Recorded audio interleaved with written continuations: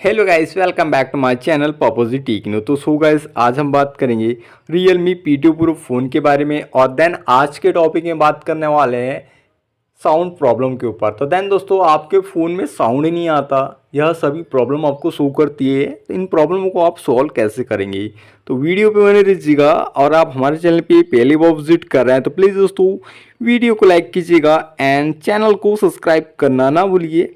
तो चलते हैं टॉपिक की ओर। सेटिंग ओपन कर लेंगे फर्स्ट ऑफ ऑल। देन आपको यहाँ पे अगर आपके फ़ोन में साउंड नहीं आता तो साउंड एंड वाइब्रेशन को टाइप करेंगे। यहाँ से आपको पहले चेक कर लेना है कि हमारा साउंड यहाँ से कुछ कम तो नहीं है।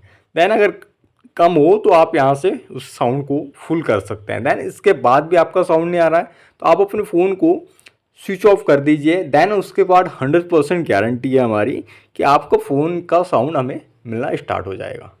देन उसके बाद आप यह प्रोग्रेस करने के बाद आपके फ़ोन में ऑटोमेटिकली साउंड स्टार्ट हो जाएगा।